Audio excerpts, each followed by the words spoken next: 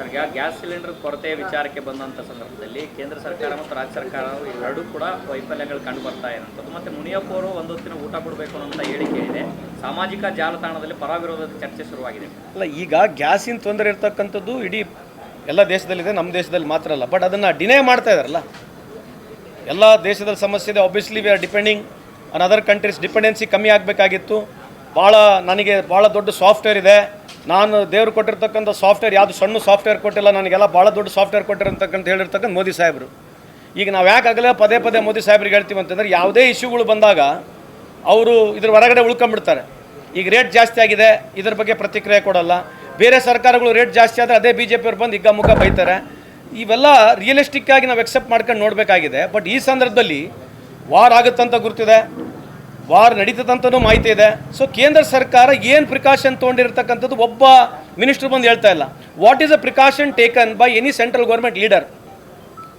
ಮೋದಿ ಸಾಹೇಬರು ಆಲ್ರೆಡಿ ಕೇರಳಕ್ಕೆ ಹೋಗಿ ಆಲ್ರೆಡಿ ಎಲೆಕ್ಷನ್ನು, ಅದು ಫ್ಲಾಗ್ ಹಿಡ್ಕೊಂಡು ಹಿಂಗೆ ತಿರುಗಾಡ್ಸೋದು ಅದೇ ಚಾಲು ಆಗಿದೆ. ಅದು ಒಂದೇ ಮೆಟ್ರೋ ಟ್ರೈನ್ 4 ಬಾರ್ ಅದೇ ಹಿಂಗೆ ಫ್ಲಾಗ್ ಹಿಡ್ಕೊಳ್ಳೋದು, 4 ಬಾರಿ ತಿರುಗಾಡ್ಸೋದು. ಆ ರೈಲ್ವೆ ಮಿನಿಸ್ಟ್ರೇ ಹೋಗೋದಿಲ್ಲ. ಯಾವುದೇ ಒಂದೇ ಭಾರತ ಕಾರ್ಯಕ್ರಮಕ್ಕೆ ಇವರೇ ಹೋಗ್ತಾರೆ. ಈಗ ನೋಡಿ, ದಯಮಾಡಿ ಅದೇ ಮಾಧ್ಯಮದ ಇಂಗ್ಲೀಷ್ ಮಾಧ್ಯಮದವ್ರಿಗೆ ಹೇಳ್ತಾ ಇದೆ, ಈಗ ಹೆಂಗಿದ್ರು ಚುನಾವಣೆ ಇದೆ, 24 ತಾಸು ಅವ್ರನ್ನೇ ನಾವು ನೋಡಬೇಕು. ನೀವು ದಯಮಾಡಿ 24 ತಾಸು ಅವ್ರನ್ನೇ ತೋರಿಸ್ರಿ.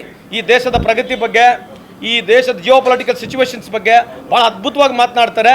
ಅದನ್ನು ನೋಡ್ಬಿಟ್ಟು ಯಂಗರ್ ಜನ್ರೇಷನ್ ಅದನ್ನು ಕಲಿಬೇಕು. ನೀವು ಅವ್ರನ್ನೇ ದಯವಿಟ್ಟು ತೋರಿಸಿ, 24 ತಾಸು ಅವ್ರನ್ನ ತೋರಿಸ್ಬೇಕಂತ ಆಮೇಲೆ ಮನವಿ ಮಾಡ್ಕೊಳ್ತೀವಿ.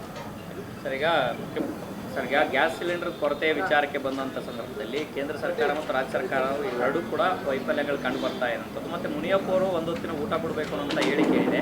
ಸಾಮಾಜಿಕ ಜಾಲತಾಣದಲ್ಲಿ ಪರ ವಿರೋಧದ ಚರ್ಚೆ ಶುರುವಾಗಿದೆ. ಅಲ್ಲ, ಈಗ ಗ್ಯಾಸಿನ ತೊಂದರೆ ಇರ್ತಕ್ಕಂಥದ್ದು ಇಡೀ ಎಲ್ಲ ದೇಶದಲ್ಲಿದೆ, ನಮ್ಮ ದೇಶದಲ್ಲಿ ಮಾತ್ರ ಅಲ್ಲ. ಬಟ್ ಅದನ್ನು ಡಿನೇ ಮಾಡ್ತಾ ಇದ್ದಾರಲ್ಲ, ಎಲ್ಲ ದೇಶದಲ್ಲಿ ಸಮಸ್ಯೆ ಇದೆ. Obviously we are depending on other countries. Dependency ಕಮ್ಮಿ ಆಗಬೇಕಾಗಿತ್ತು. ನನಗೆ ಭಾಳ ದೊಡ್ಡ ಸಾಫ್ಟ್ವೇರ್ ಇದೆ. ನಾನು ದೇವ್ರು ಕೊಟ್ಟಿರ್ತಕ್ಕಂಥ ಸಾಫ್ಟ್ವೇರ್ ಯಾವುದು ಸಣ್ಣ ಸಾಫ್ಟ್ವೇರ್ ಕೊಟ್ಟಿಲ್ಲ, ನನಗೆಲ್ಲ ಭಾಳ ದೊಡ್ಡ ಸಾಫ್ಟ್ವೇರ್ ಕೊಟ್ಟಿರ್ತಕ್ಕಂಥ ಹೇಳಿರ್ತಕ್ಕಂಥ ಮೋದಿ ಸಾಹೇಬರು.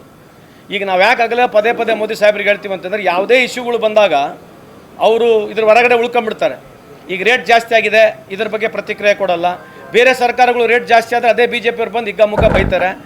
ಇವೆಲ್ಲ ರಿಯಲಿಸ್ಟಿಕ್ಕಾಗಿ ನಾವು ಎಕ್ಸೆಪ್ಟ್ ಮಾಡ್ಕೊಂಡು ನೋಡಬೇಕಾಗಿದೆ. ಬಟ್ ಈ ಸಂದರ್ಭದಲ್ಲಿ ವಾರ್ ಆಗುತ್ತಂತ ಗುರ್ತಿದೆ, ವಾರ್ ನಡೀತದಂತನೂ ಮಾಹಿತಿ ಇದೆ.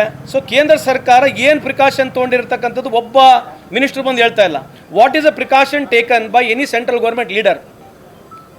ಮೋದಿ ಸಾಹೇಬರು ಆಲ್ರೆಡಿ ಕೇರಳಕ್ಕೆ ಹೋಗಿ ಆಲ್ರೆಡಿ ಎಲೆಕ್ಷನ್ನು, ಅದು ಫ್ಲಾಗ್ ಹಿಡ್ಕೊಂಡು ಹಿಂಗೆ ತಿರುಗಾಡ್ಸೋದು ಅದೇ ಚಾಲು ಆಗಿದೆ. ಅದು ಒಂದೇ ಮೆಟ್ರೋ ಟ್ರೈನ್ 4 ಬಾರ್ ಅದೇ ಹಿಂಗೆ ಫ್ಲಾಗ್ ಹಿಡ್ಕೊಳ್ಳೋದು, 4 ಬಾರಿ ತಿರುಗಾಡ್ಸೋದು. ಆ ರೈಲ್ವೆ ಮಿನಿಸ್ಟ್ರೇ ಹೋಗೋದಿಲ್ಲ. ಯಾವುದೇ ಒಂದೇ ಭಾರತ ಕಾರ್ಯಕ್ರಮಕ್ಕೆ ಇವರೇ ಹೋಗ್ತಾರೆ.